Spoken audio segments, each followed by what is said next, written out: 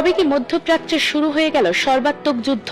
আকাশে ক্ষেপণাস্ত্রের ঝড়, মাটিতে সাইরেনের আর্তনাদ, আর ঘন্টায় ঘন্টায় বদলে যাচ্ছে পরিস্থিতি। যুক্তরাষ্ট্র ও ইসরায়েলের যৌথ হামলার জবাবে ভয়াবহ পাল্টা আঘাত হেনেছে ইরান। তেহরান থেকে তেল আবিব, পুরো অঞ্চল এখন টান টান উত্তেজনায়। শনিবার সকালে তেহরান সহ ইরানের 5টি প্রধান শহরে যুক্তরাষ্ট্র ও ইসরায়েল যৌথ ক্ষেপণাস্ত্র হামলা চালিয়েছে। আর এই হামলার পরপরই অত্যন্ত কঠোর জবাবের ঘোষণা দিয়েছে ইরান। দেশটির সশস্ত্র বাহিনী একযোগে ইসরায়েলের দিকে বৃষ্টির মতো ক্ষেপণাস্ত্র নিক্ষেপ করে পাল্টা আক্রমণ শুরু করেছে। ইসরায়েল ডিফেন্স ফোর্স জানিয়েছে, ইরান থেকে ছোড়া অসংখ্য ক্ষেপণাস্ত্র তাদের আকাশসীমায় শনাক্ত হয়েছে। হামলার পর পুরো ইসরায়েল জুড়ে বেজে ওঠে সাইরেন। নাগরিকদের দ্রুত নিরাপদ আশ্রয়ে যাওয়ার নির্দেশ দেওয়া হয়েছে। এর একদিন আগে যুক্তরাষ্ট্র তার নাগরিকদের অবিলম্বে ইসরায়েল ছাড়তে বলার পর থেকেই অবশ্য এরকম হামলার আশঙ্কা করা হচ্ছিল।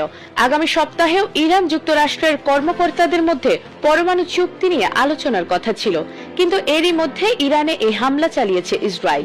ইতোমধ্যে তেহরানের বেশ কিছু এলাকায় মোবাইল ফোন যোগাযোগ বিঘ্নিত হয়েছে।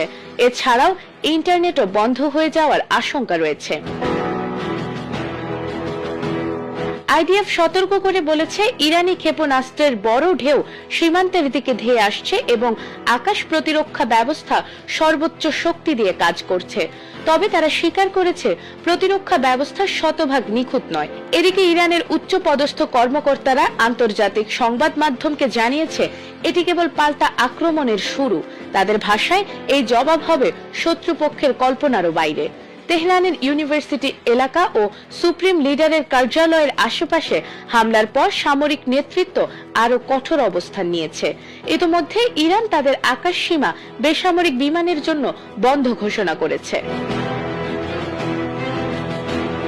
অন্যদিকে যুক্তরাষ্ট্রের প্রেসিডেন্ট ডোনাল্ড ট্রাম্পের বিশাল নৌবহর পারস্য উপসাগরে অবস্থান করছে। তিনি আগেই হুঁশিয়ারি দিয়েছিলেন, ইরানের ক্ষেপণাস্ত্র শিল্প ও নৌবাহিনীকে গুঁড়িয়ে দেয়া হবে। ফলে আশঙ্কা জোরালো হচ্ছে, এই সংঘাত কি সীমিত থাকবে নাকি পুরো অঞ্চলকে আরো বড় যুদ্ধে ঠেলে দেবে।